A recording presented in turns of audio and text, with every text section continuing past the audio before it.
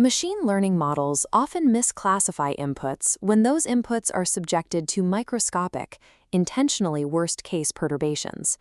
These changes are designed to force an incorrect answer while maintaining high confidence. Take a standard neural network. On this image, it correctly identifies a panda with 57.7% confidence. We can add an adversarial perturbation, a vector of noise scaled to a magnitude of 0.007. This corresponds to the smallest bit of an 8-bit image encoding. To a human observer, the image is unchanged. When the network processes the perturbed image, it identifies it as a given with 99.3% confidence. Excellent performance on a test set does not guarantee a model has learned the underlying concepts of a task. Instead, these models operate on a thin manifold of naturally occurring data, leaving them vulnerable to any point in space that falls outside that distribution. Early attempts to explain this vulnerability focused on the complexity of the models. Researchers hypothesized that the extreme nonlinearity of deep networks, or perhaps a lack of sufficient model averaging, was creating these blind spots. The assumption was that highly complex models must possess equally complex, unpredictable failure modes. Ian Goodfellow and his team proposed a different explanation. They suggested that the primary cause of these errors is not complexity or nonlinearity, but the linear nature of modern neural networks. This hypothesis suggests that linear behavior in high-dimensional spaces is sufficient to cause adversarial examples. If this is true, it would explain why an adversarial example generated for one model often fools a completely different architecture trained on a separate dataset. If multiple models learn similar linear weights, they will share the same blind spots.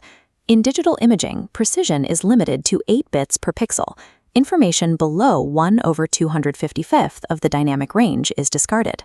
Because of this limit, it is not rational for a classifier to respond differently to two inputs if the difference between them is smaller than the precision of the sensor.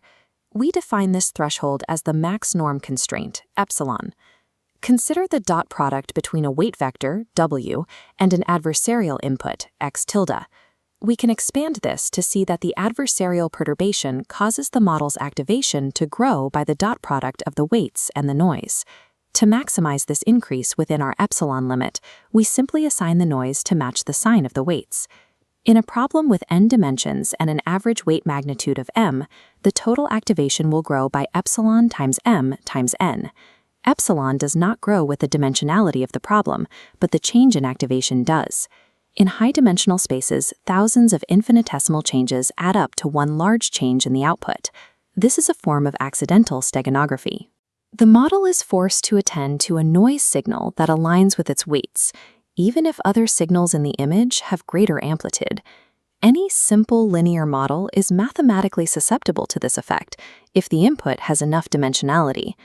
These micro-adjustments stack until they produce a catastrophic shift in the model's prediction. This raises a question. If this is a flaw of linear models, why does it affect deep neural networks? Modern architectures rely on components like ReLUs, LSTMs, and max-out networks. These are intentionally designed to behave in linear ways.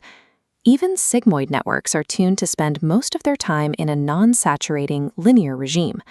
Linearity makes these models easier to optimize using gradient descent. Without it, the gradients would often vanish, making training difficult or impossible. This graph traces log probabilities as epsilon noise increases. The response is piecewise linear. Correct classifications in yellow only occur on a thin data manifold. As noise pushes the input away, predictions become extreme and incorrect. The design choices that allow neural networks to generalize also expose them to linear accumulation attacks.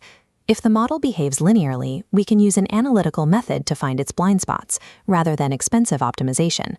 We take the cost function used to train the network and linearize it around the current model parameters. This is the fast gradient sign method. The optimal perturbation equals epsilon times the sign of the cost function's gradient.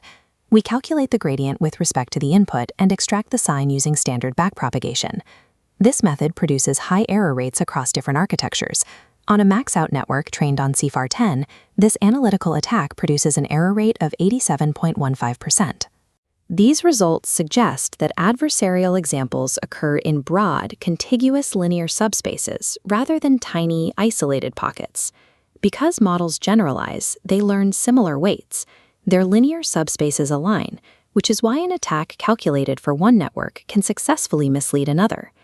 Identifying the geometry of this flaw provides an opportunity to fix it. We can implement adversarial training.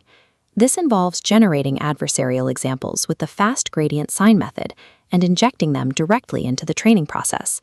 The training objective is modified to include a mix of the standard cost and the worst-case adversarial cost. This is more targeted than L1 weight decay. L1 decay assumes every output can be independently perturbed, which overestimates the damage an adversary can do. It is also more efficient than adding random noise. Zero mean noise is unlikely to align the gradient of the network, meaning it rarely finds the inputs that are most difficult to classify. Adversarial training acts as a regularizer. On the permutation invariant version of MNIST, this approach reached an error rate of 0.78%, a result that surpassed what could be achieved with dropout alone. By forcing the network to classify its own worst-case linear extrapolations, the model learns a more stable representation of the data. If linear models are inherently vulnerable, why don't we use nonlinear architectures that are naturally immune? Radial basis function, or RBF networks, are highly nonlinear. RBF networks resist these attacks by dropping their confidence when pushed away from the training data. On MNIST adversarial examples, a shallow RBF network may have a high error rate, but its confidence on those mistakes is only 1.2%. However, RBF units lack invariance to significant transformations. They cannot generalize well on complex data, making them difficult to train to state-of-the-art accuracy using gradient descent. This creates a fundamental tension in deep learning. Models that are easy to optimize are easy to perturb.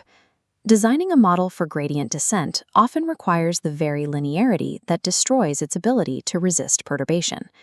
Our current training algorithms have built a Potemkin village. They work well on naturally occurring data, but they are exposed as fake when visiting points in space that have low probability in the data distribution. Our most powerful optimization procedures force us to build linear responses that are overly confident at points that do not occur in reality. Until we develop methods to train highly nonlinear models, our networks will remain accurate on the test set, but easily misled by design.